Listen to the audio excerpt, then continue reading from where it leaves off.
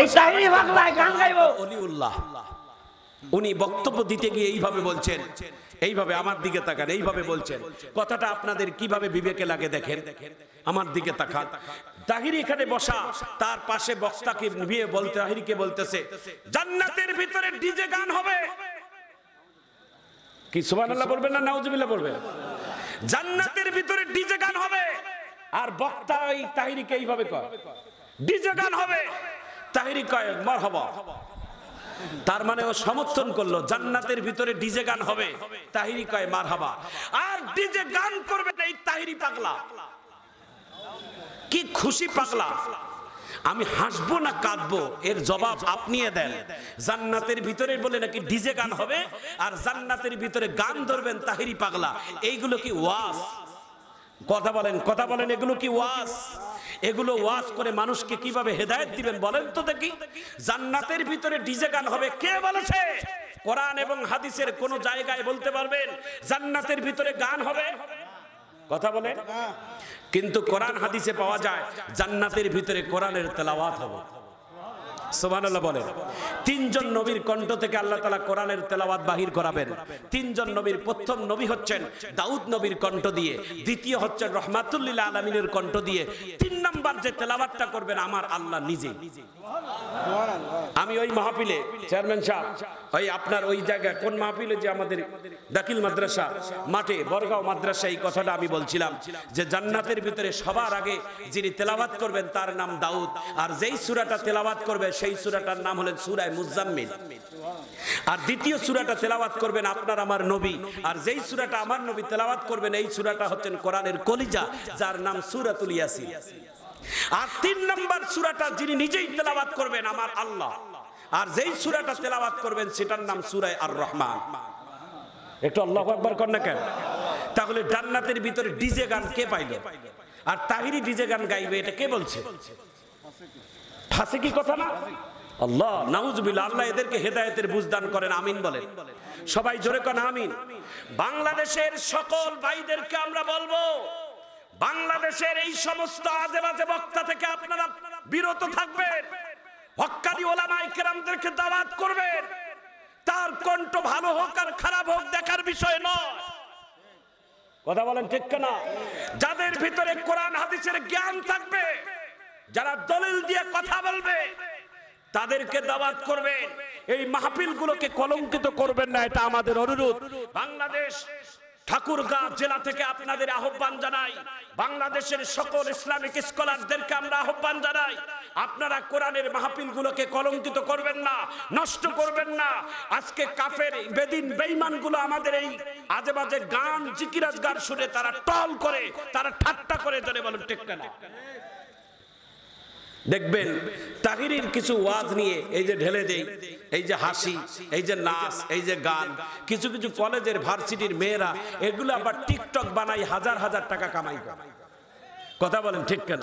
আচ্ছা, যারা আপনারা সবাই বুকে হাত দিয়ে বলেন সাইদি বাংলাদেশের মধ্যে শুধু বক্তা নয়, সারা পৃথিবীতে কোরআনের কথা বলে গেছেন, তাকে নিয়ে বাংলাদেশের কোন টিকটক বানিয়ে কেউ কোনোদিন কথা বলছে? কেন বলবে? কেন বলতে পারে না? তারা কোরআন হাদিসের মধ্যে কোনো বাজে কথা বলে মানুষকে হাসায় না, এই জন্য তারাও টিকটক করতে পারে না। যারা বাজে কথা বলে, মিথ্যা কিছু বানাইয়া যারা মানুষকে হাসায়, তাদেরকে নিয়েই টিকটক হয়। কথা বলেন ঠিক না? কোনদিন হক্কানি ওলামায়ে কেরামদেরকে নিয়ে টিকটক হয় না। একটু চিৎকার দিয়ে জোরে বলেন ঠিক না?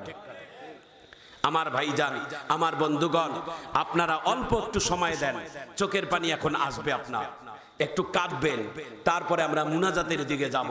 একটু চিৎকার দিয়ে জোরে কোন আল্লাহু আকবার। আমার আপনার নবী ডাক দিয়ে বলেন, এরে আলী, এই খাদিজা, এই ফাতেমার মাকে তুমি চেনো না?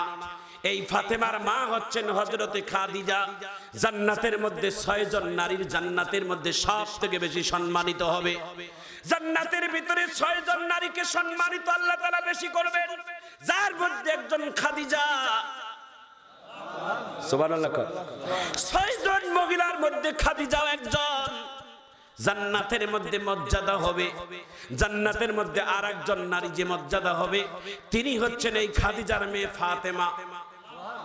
একটু জোরে কোন সুবহানাল্লাহ। আরে আলী, তুমি জানো না একদিন এই আমার ছোট বিবি আয়েশা সিদ্দিকা রাদিয়াল্লাহু তাআলা আন গভীর রাত্রে আমার নবী আয়েশার ঘরের মধ্যে ছিলেন। আমার দিকে তাকান, 2-1 মিনিটে কথাটা বলে আমার বক্তব্য শেষের দিকে যাব, দিলটাকে নরম করে দেন। আল্লাহর নবী আয়েশার ঘরের মধ্যে গভীর রাত হয়ে গেছে, 2 পায়ের হাঁটুটা মাথার মধ্যে লাগাই দিয়া, 2 পায়ের হাঁটুর মধ্যে মাথা লাগাই দিয়া রহমাতুল লিল আলামিন গভীর রজনীতে কাঁদতেছে, চোখের পানি ফেলে ফেলে কান্দে। আল্লাহর নবীর সহধর্মিনী আয়েশা ছোট বিবি বিশ্ব নবীকে বুকের মধ্যে জড়াই নিয়ে বলে, ওগো নবী, আমার ঘরে আপনি আজকে আসছেন, আমার ঘরে আপনার থাকার পালা, আপনি কেন আমার ঘরে এসে কান্দেন? আমার কোন ব্যবহারে আপনি কষ্ট পেয়েছেন নাকি? আল্লাহর নবী ডাক দিয়ে বলেন, না আয়েশা না, তুমি আমার ছোট বিবি, তোমার কোন আচরণে আমি কষ্ট পাই নাই। বলে তাহলে কানে কান্দেন কেন? আল্লাহর নবী আরো বেশি চোখের পানি ছেড়ে দিয়ে বলে, এই মুহূর্তে আমার খাদিজার কথা বেশি খেয়াল পড়ে গেছে। আমার খাদিজা দুনিয়ায় নাই, খাদিজার স্মৃতিগুলো আমার হৃদয়ের মধ্যে ভাসে আর আমি কান্দি। আয়েশা সিদ্দিকা রাদিয়াল্লাহু তাআলা আনহা ডাক দিয়ে বলে, ওগো নবী, আপনি মাঝে মাঝে দেখি খাদিজার স্মৃতির কথা স্মরণ করে আপনি কান্দেন। খাদিজার বয়স আপনার 40, আপনার বয়স 25, আপনার থেকে কয়েক গুণ বয়স বেশি বুড়ি মহিলা। তার কি এমন যোগ্যতা আছে যে আমার ভিতরে তার নাই? তার চেহারায় কি এমন আছে যে আমার ভিতরে নাই? কেন তার কথা স্মরণ করে আপনি কান্দেন? বুড়ির কথা স্মরণ করে কেন আপনি কান্দেন? আল্লাহর নবীর বিবি আয়েশা যখন এই কথা বলেছেন, বিশ্ব নবী রহমাতুল লিল আলামিন 2 হাতের আঙ্গুল দিয়ে আয়েশা সিদ্দিকার মুখটা এমন ধরে চিপে ধরছে, মুখ দিয়ে মনে হয় রক্ত বাগির হয়ে যাবে। আয়েশা সিদ্দিকার নিঃশ্বাস বন্ধ হওয়ার অতিক্রম হয়ে গেছে। আল্লাহর নবী জীবনে এই হাত দিয়ে কোন বিবির শরীরের মধ্যে হাত দিয়ে আঘাত করে নাই। আল্লাহর নবী কোন স্ত্রীদের শরীরের মধ্যে কোনো বিনা কারণে আঘাত করে নাই। কোনদিন কোন স্ত্রীর শরীরের মধ্যে একটা থাপ্পড় বসায় নাই। সেই দিন গভীর রজনীতে খাদিজার কথার কারণে আয়েশার মুখটা এমন জোরে বিশ্ব নবী চিপে ধরছে যে আয়েশার মুখ দিয়ে রক্ত বাহির হওয়ার অতিক্রম হয়ে গেছে।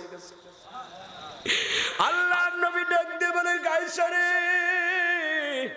আমার খাদিজাকে তুমি বুড়ি বললা, আবার খাদিজাকে তুমি কেমন করে ক্রিটিসাইজ করলা?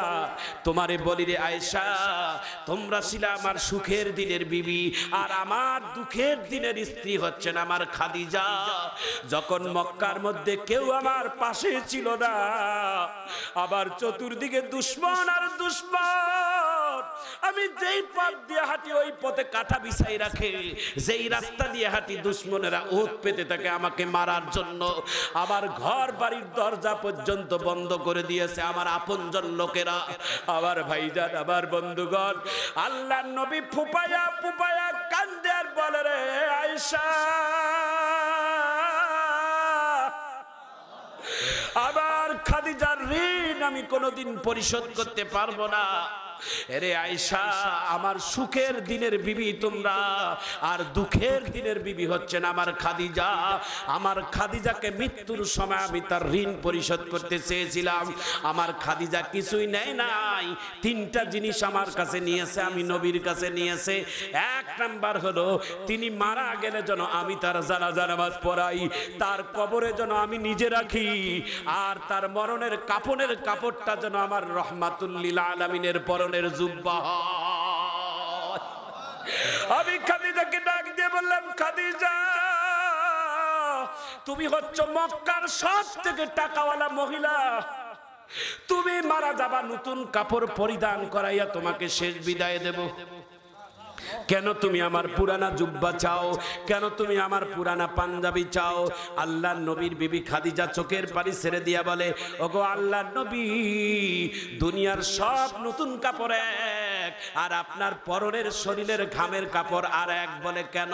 বলে আপনার পরনের পাঞ্জাবিটা নিয়ে যদি আমি কবরে যাই, মুনকার নাকি যখন আমার কবরের মধ্যে এসে প্রশ্ন করবে, মান রব্বুকা ওমান দীনুকা ওমান নাবিয়ুকা, তখন আমি প্রশ্নের জবাব না দিয়া আমি আপনার পাঞ্জাবির দিকে তাকাইয়া বলবো, এটা আমার নবীর পরনের পাঞ্জাবি, আমাকে খুশি হয়ে দিয়েছে। একটু হাত তুলে আল্লাহু আকবার বলেন না ভাই, একটু জোরে বলেন আল্লাহু আকবার বলেন, আরো জোরে বলেন আল্লাহু আকবার। এতক্ষণ ফ্যানটা দেন নাই কেন? একটু দেন কাছে, আজকে গরমের আবহাওয়া না। আল্লাহ আল্লাহ, কষ্ট হচ্ছে আপনার? জোরে বলেন কষ্ট হচ্ছে? আর 5টা মিনিট চলবে ইনশাল্লাহ। চোখের পানি ফেলবেন, চোখের পানি পড়বে ইনশাল্লাহ। বলেন আমার নবী, আপনার নবী, রহমাতুল লিল আলামিন নবী, বিশ্ব নবী জনাবে মুহাম্মদুর রাসূলুল্লাহ বলেন সাল্লাল্লাহু আলাইহি ওয়াসাল্লাম, নবীর নাম শুনলে দরুদ পড়া সকলের জন্য ওয়াজিব হয়ে দাঁড়ায়। সবাই পড়েন সাল্লাল্লাহু আলাইহি ওয়াসাল্লাম। আল্লাহর নবীর বিবি হযরতে খাদিজা রাদিয়াল্লাহু তাআলা আন আল্লাহর নবীর পরনের জুব্বা নিয়ে গেছে। আল্লাহু আকবার। আরেকটি হাদিস আপনাদের সামনে বলবো, খেয়াল পড়ে গেল। বলবো কারা কারা শুনবেন? একটু হাত তুলে আল্লাহু আকবার বলেন। শুনবেন? 5টা 6টা মিনিট হলে অসুবিধা হবে না তো? আচ্ছা আমিন বলেন, আমিন বলেন। আচ্ছা, হযরত আমিরুল মুমিনিন, অদ্য পৃথিবীর যিনি প্রেসিডেন্ট ছিলেন, শাসক ছিলেন, হাতের ইঙ্গিতে যিনি গোটা পৃথিবীকে শাসন করেছেন, তার নাম হযরতে উমর রাদিয়াল্লাহু তাআলা আন। একটু চিৎকার দিয়ে আল্লাহু আকবার বলেন। উমর ছিলেন মসজিদে নববীর ইমাম, খতিব। নামাজের পরে আল্লাহর নবী ডাক দিয়ে, আমিরুল মুমিনিন ডাক দিয়ে বলে, তার ছেলের নাম আব্দুল্লাহ। কি নাম? আল্লাহর নবীর সাহাবী আমিরুল মুমিনিন উমর ডাক দিয়ে বলে, আব্দুল্লাহ আসো, আব্দুল্লাহ আসো। আব্দুল্লাহ দাঁড়িয়ে বলে, লাব্বাইক আমিরুল মুমিনিন, আসি হাজির। বাবা, তোমাকে একটা আমানত দেব আজকে, তুমি এই আমানতটা আমার সঞ্চয় হেফাজত করে রাখবে। সুবহানাল্লাহ। মসজিদে নববীর ভিতরে হাজার হাজার সাহাবায়ে কেরাম মুসল্লিতে ভরা। নবী হচ্ছেন নবীর সাহাবী আমিরুল মুমিনিন উমর ছিলেন রানিং খতিব। উমর, ওসমান সবাই আছে, ওসমান আলীও আছে। তাদের সামনে বলে, আব্দুল্লাহ, আব্দুল্লাহ, তোমার সামনে আজকে তোমাকে একটা উপহার দেব, এটা আমানত করে রাখবা। বলে কি উপহার?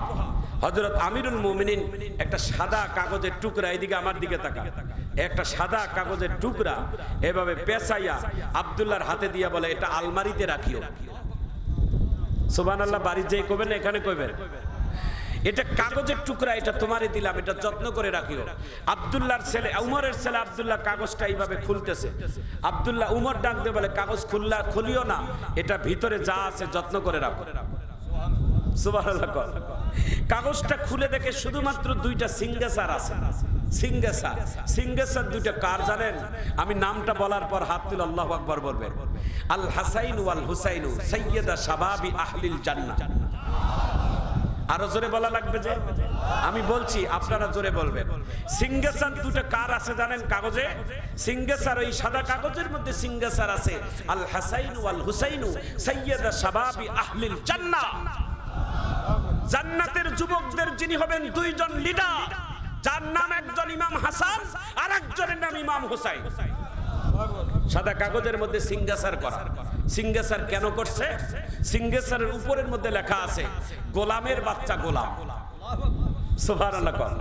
তার মানে আব্দুল্লাহর ছেলে, উমরের ছেলে আব্দুল্লাহ আর হযরত আলীর ছেলে ইমাম হাসাইন আর হুসাইন, তারা মদিনার একটা মরুভূমির মধ্যে তীর খেলতেছে। তীর খেলার প্রতিযোগিতায় তিনি বলছে, যারা যার তীর আগে যাবে, যার তীর পিছনে পড়বে, সে গোলামের মতো তীরটা তুলে তাকে দিবে। তো হযরত উমর রাদিয়াল্লাহু তাআলা আনহুর ছেলে, তিনি বেশি খেলতে পারে নাই, তাকে গোলামের বাচ্চা গোলাম বলে গালি দিয়েছে। কে দিয়েছে? ইমাম হাসাইন আর হুসাইন। এটা বিচার দিয়েছেন ইমাম হাসাইন হুসাইনের বিপক্ষে। কে দিয়েছেন? উমরের ছেলে আব্দুল্লাহ। তো আব্দুল্লাহর এই চিঠিটা নিয়ে হযরত উমর রাদিয়াল্লাহু তাআলা আন ডাক দিয়ে বলে, আব্দুল্লাহ রে, এই চিঠিটা তুমি রাখিও। বলে কেন? বলে কোন দিন লাগবে? বলে আমি উমর যেদিন মারা যাব, যেদিন আমাকে সাদা কাপড় পেছাইয়া দিয়ে কবরে রাখবা, সেই দিন এই কাগজের টুকরাটা আমার কাপড়ের ভিতরে ঢুকাই দিও। সুবহানাল্লাহ। একটু জোরে কর। কেন বাবা? এই কাগজের টুকরাটা দিয়ে কি করবেন? হযরত উমর সেই দিন চোখের পানি ছেড়ে দিয়া বলে, যেই দিন আমাকে কবরে প্রশ্ন করবে, মান রব্বুকা ওমান দীনুকা ওমান নাবিয়্যুকা, আমি উমর প্রশ্নের জবাব দেওয়ার আগে এই কাগজের টুকরাটা ফেরেশতা মুনকার নাকিরকে দেখাইয়া বলবো, দেখো তো কার সিগনেচার আছে, দেখো তো কার সিগনেচার আছে কাগজে, দেখো দেখো। সিগনেচার দেখে দেখবে এ তো নবীর কলিজার টুকরা ইমাম হাসাইন হুসাইনের সিগনেচার। এরা তো 2 ভাই জান্নাতের যুবকদের সর্দার, এরা তো 2 ভাই উম্মতের জন্য শহীদ। আল্লাহু আকবার কর। আজকে শহীদদেরকে নিয়ে টল করা হয়, যারা আল্লাহর রাস্তায় শহীদ হয় জান্নাতের স্তর হবে 4টা, তার মধ্যে শহীদদের স্তর হবে একটা।